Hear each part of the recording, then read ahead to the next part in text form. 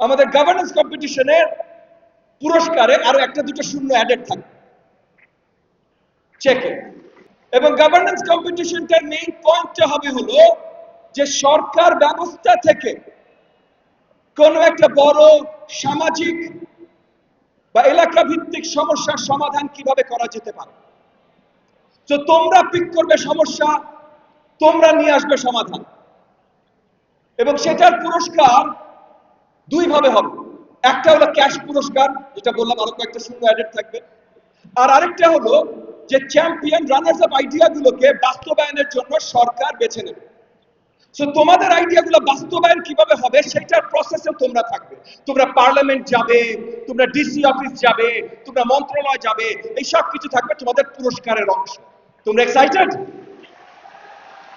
দশকের পর দশক আপনাদের শিক্ষকরা নিবেদিতভাবে নিরলসভাবে আপনাদের জন্য কাজ করে যাচ্ছেন যেন আপনারা সঠিক শিক্ষাটা পান।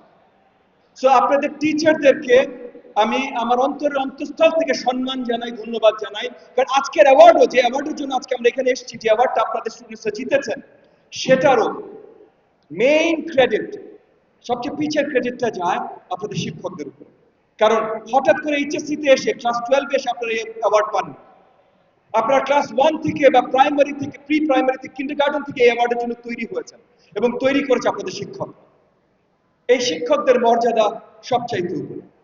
কিন্তু দে হ্যাভ প্রিপেয়ার্ড। আজকে সেন্ট জোসেফের স্টুডেন্টরা অক্সফোর্ড, কেমব্রিজ, হার্ভার্ড, স্ট্যানফোর্ড সব জায়গায় আছে না? আপনারা এসব জায়গায় যাবেন, আমি আশা রাখবো তারপর আবার দেশে ফিরবেন, দেশে ফিরে এসে দেশের জন্য কাজ করবেন।